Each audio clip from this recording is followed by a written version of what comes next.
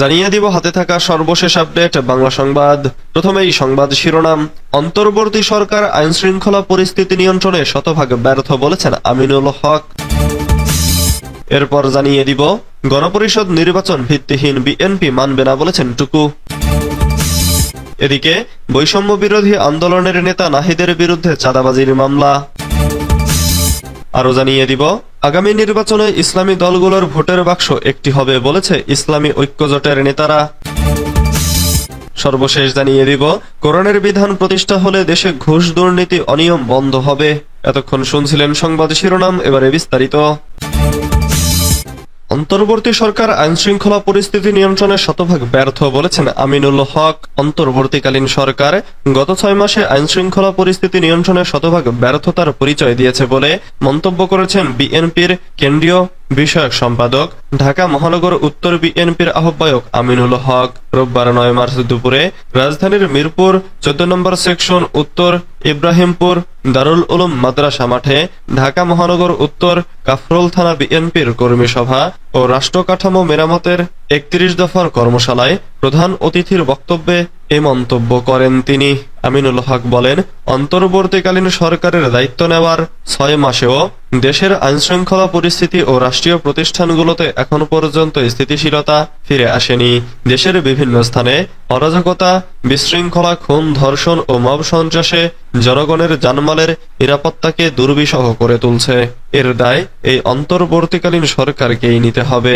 তিনি বলেন, স্বৈরাচার মুক্ত বাংলাদেশে আমরা দলমত নির্বিশেষে ঐক্যবদ্ধ হয়ে একটি সোনার বাংলাদেশ গড়তে চাই, কিন্তু বাংলাদেশের বিভিন্ন রাষ্ট্রীয় প্রতিষ্ঠানগুলোতে এখন পর্যন্ত স্বৈরাচারের প্রেতাত্মারা বিদেশি প্রভুদের সহযোগিতা নিয়ে বাংলাদেশের মানুষের বিরুদ্ধে ষড়যন্ত্র করে যাচ্ছে।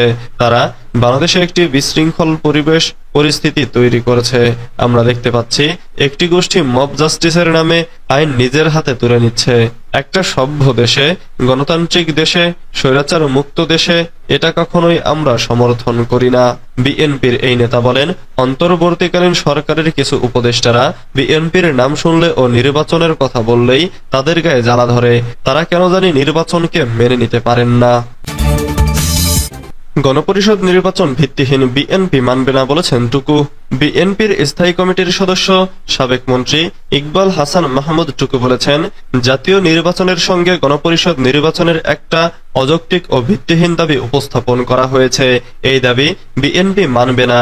তিনি বলেন, দেশে একটি সংবিধান বিদ্যমান থাকার পর গণপরিষদ নির্বাচনের প্রয়োজন নেই। এসব করা হচ্ছে শুধুমাত্র নির্বাচনকে বিলম্বিত করার জন্য। সিলেট সিটি কর্পোরেশনের সাবেক মেয়র ও বিএনপি চেয়ারপারসনের উপদেষ্টা আরিফুল হক চৌধুরীর আয়োজনে বেগম খালেদা জিয়ার সুস্থতা কামনায় দোয়া ও ইফতার মাহফিল অনুষ্ঠান শেষে তিনি সাংবাদিকদের এসব কথা বলেন। রোববার নগরের একটি কমিউনিটি সেন্টারে আয়োজিত দোয়া ও ইফতার মাহফিল অনুষ্ঠানে প্রধান অতিথি হিসেবে যোগ দেন বিএনপির স্থায়ী কমিটির সদস্য ও সাবেক মন্ত্রী ইকবাল হাসান মাহমুদ টুকু। অনুষ্ঠানে অন্যদের মধ্যে উপস্থিত ছিলেন বিএনপি চেয়ারপারসনের উপদেষ্টা ডক্টর এনামুল হক চৌধুরী, সিলেট বিভাগীয় সহ সাংগঠনিক সম্পাদক মিফতাহ সিদ্দিকী সহ দলের বিভিন্ন স্তরের নেতাকর্মীরা। এ সময় সাবেক প্রধানমন্ত্রী বেগম খালেদা জিয়ার সুস্থতা কামনায় বিশেষ দোয়া করা হয়। ইফতার শেষে সাংবাদিকদের সঙ্গে কথা বলেন ইকবাল হাসান মাহমুদ টুকু। এ সময় জাতীয় নির্বাচনের সাথে গণপরিষদ নির্বাচন ইস্যুতে বিএনপির প্রতিক্রিয়া জানতে চাইলে তিনি বলেন, গণপরিষদের প্রয়োজন আছে কি? বাংলাদেশে একটি সংবিধান আছে, সেই সংবিধান তো বাতিল করা হয়নি। সুতরাং একটি সংবিধান বিদ্যমান থাকার পরও গণপরিষদ নির্বাচনের কোনো প্রয়োজন নেই। এই দাবি ভিত্তিহীন ও অযৌক্তিক। নির্বাচন করতে হবে পার্লামেন্ট নির্বাচন। পার্লামেন্ট গঠনের পর যে সংবিধান আছে তা সংস্কারের জন্য বিএনপির যে 31 দফা দেওয়া আছে তা বাস্তবায়ন করতে চাইলে সংবিধান সংশোধন করা হবে। কিন্তু এখন এসব দাবি তুলে নির্বাচনকে পেছানোর চেষ্টা চলছে। এগুলো আমরা মেনে নেব না। বৈষম্য বিরোধী আন্দোলনের নেতা নাহিদের বিরুদ্ধে চাঁদাবাজির মামলা। বৈষম্য বিরোধী ছাত্র আন্দোলনের রংপুর মহানগরের মুখপাত্র নাহিদ হাসান খন্দকারের বিরুদ্ধে রংপুরের গঙ্গাচড়া মডেল থানায় চাঁদাবাজির মামলা দায়ের করা হয়েছে। এ ঘটনায় অভিযোগ ওঠায় তাকে কয়েকদিন আগে সংগঠনের সব দায়িত্ব থেকে অব্যাহতি দেওয়া হয়। এ মামলা দায়েরের বিষয়টি রোববার দুপুরে নিশ্চিত করেছেন গঙ্গাচড়া মডেল থানার ভারপ্রাপ্ত কর্মকর্তা এল এমরান। পুলিশের ওই কর্মকর্তা মামলার বরাত দিয়ে জানান, রংপুরের গঙ্গাচড়া থানার আওতাধীন গ্রিন সিটি ইকো পার্কের ব্যবস্থাপনা পরিচালক কানাডা প্রবাসী আতিকুল ইসলাম ভুইয়া বাদী হয়ে শুক্রবার একটি চাঁদাবাজির মামলাটি দায়ের করেছেন। মামলায় বৈষম্য বিরোধী নেতা নাহিদ হাসান খন্দকারের নাম উল্লেখ সহ অজ্ঞাত ৭-৮ জনকে আসামি করা হয়েছে। মামলার এজাহারে নগদ ১ লাখ টাকা ও প্রতিদিন ২০,০০০ টাকা করে চাঁদা দাবির অভিযোগ আনা হয়েছে। আগামী নির্বাচনে ইসলামী দলগুলোর ভোটের বাক্স একটি হবে বলছেন ইসলামী ঐক্যজোটের নেতারা। পবিত্র রমজান মাসে দেশের বিভিন্ন জায়গায় অপরাধ সংঘটিত করে দেশকে অস্থিতিশীল করার পায়তারা চলছে।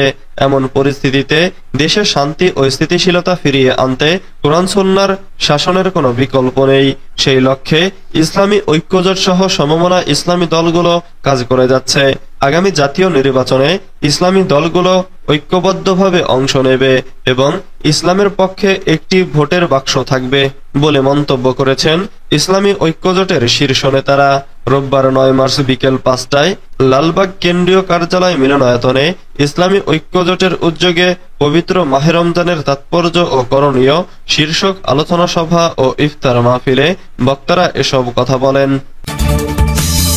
কোরআনের বিধান প্রতিষ্ঠা হলে দেশে ঘুষ দুর্নীতি অনিয়ম বন্ধ হবে। বাংলাদেশ জামাতে ইসলামীর সিনিয়র নায়েবে আমির ও সাবেক এমপি অধ্যাপক মুজিবুর রহমান বলেছেন, কোরআনের বিধান প্রতিষ্ঠা হলে বাংলাদেশে শান্তি ফিরে আসবে।